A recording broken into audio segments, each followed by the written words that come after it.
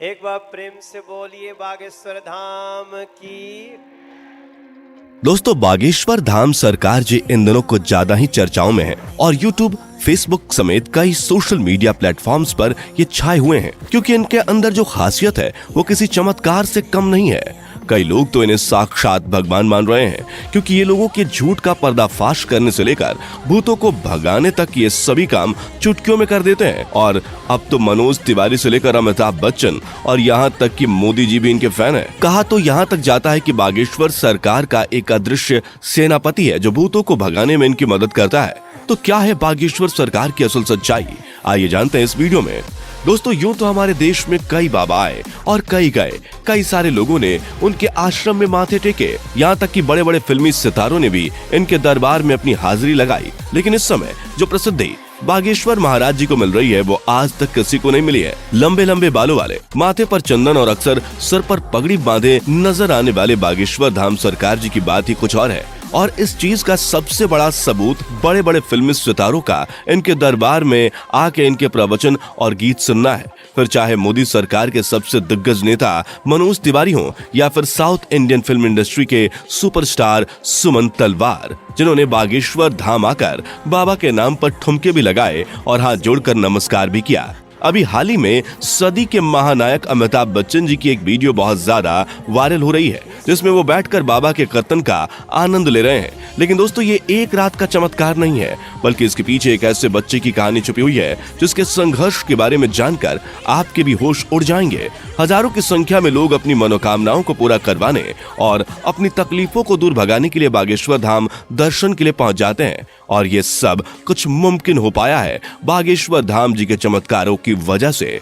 कहा जाता है कि स्वयं हनुमान जी की कृपा बागेश्वर बाबा के ऊपर बनी हुई है और उन्हीं की असीम शक्तियां हैं जिनकी सहायता से बागेश्वर धाम सरकार किसी के भी मन की बात को जान लेते हैं और उसके बताने से पहले ही कागज पर उसकी समस्याएं लिख देते हैं, जिसके कई सारे प्रमाण आपने इनके वायरल वीडियोस में देखे ही होंगे। स्टेज पर आकर जब कोई अपनी परेशानी बताता है तो बागेश्वर महाराज उसे पहले से ही लिखे हुए पर्चे को पढ़ने के लिए कहते हैं, जिसे देखकर भक्तगण पूरी तरह से आश्चर्यचकित रह जाते हैं क्योंकि उन्होंने अभी तक अपनी दुखों को और परेशानी को बाबा को बताया भी नहीं था। उससे पहले ही उनके बारे में बाबा पर्चे पर लिख चुके थे, जिसके बाद बाबा सभी के सामने परेशानियों का हल बताते हैं और भक्तों को ये विश्वास दिलाते हैं कि उनकी परेशानियां दूर हो जाएंगी। लेकिन दोस्तों, आपको बता दें कि बागेश्वर धाम काफी सख्त मिजाज के भी हैं क्योंकि अगर कोई इनके सामने झूठ बोलता है या फिर गलत नीयत के साथ अपनी इच्छाएं लेकर पहुंचता है तो ये उसकी पोल खोलने में भी कोई कसर नहीं छोड़ते।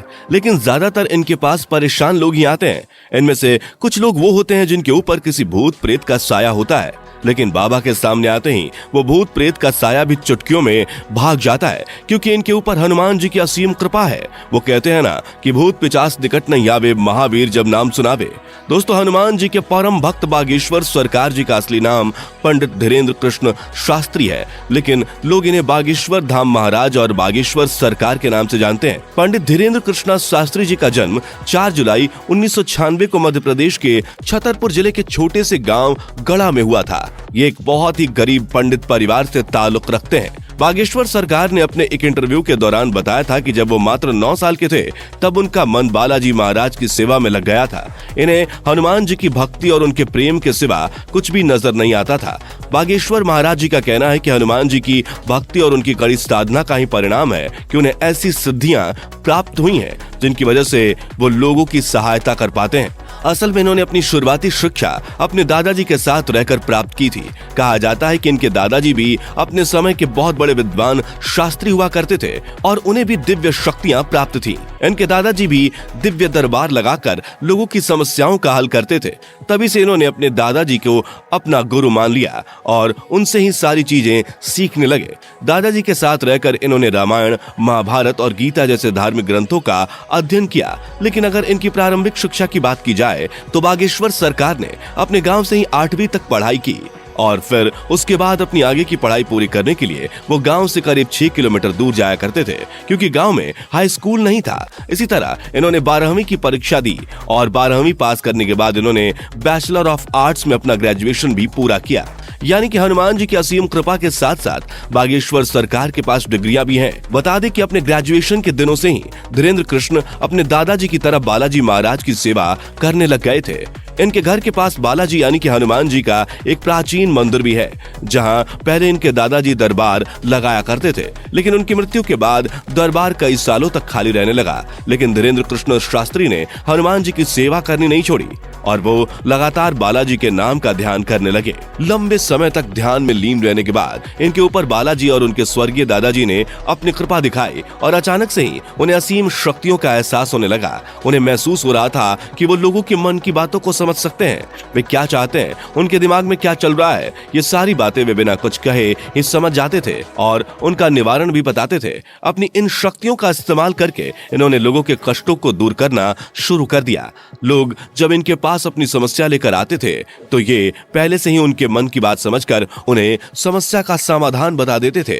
धीरे धीरे धीरेन्द्र शास्त्री जी को ये समझ में आ गया कि उनके अंदर उनके दादाजी की ही तरह दिव्य शक्तियां मौजूद हैं। तब जाकर उन्होंने अपना दरबार लगाना शुरू किया और यहीं से धीरेन्द्र कृष्णा शास्त्री बागेश्वर धाम सरकार के नाम से फेमस होने लगे।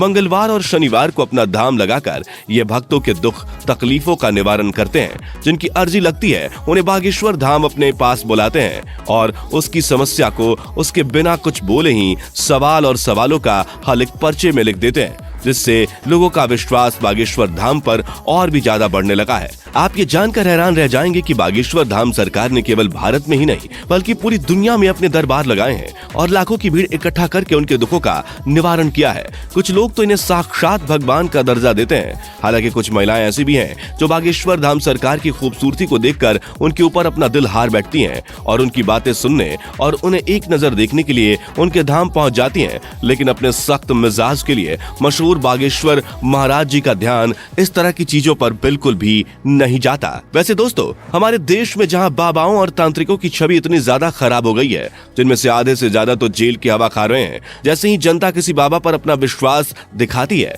वैसे ही उसके काले कारनामों का चिट्ठा खुलने लगता है, जिस वजह से लोग अब इन चीजों पर विश्वास करने से घबराने लगे हैं। इस माहौल में अगर कोई 26 वर्षीय शख्स अपनी दिव्य शक्तियों से लोगों को हैरान कर दे तो दुनिया के मन में सवाल तो उठेंगे ही और इन्हीं सवालों का जवाब ढूंढने के लिए कई मीडिया कर्मी भी बाबा के दरबार में चोरी चुपके जा चुके हैं ताकि वो बागेश्वर धाम की सच्चाई जान सकें।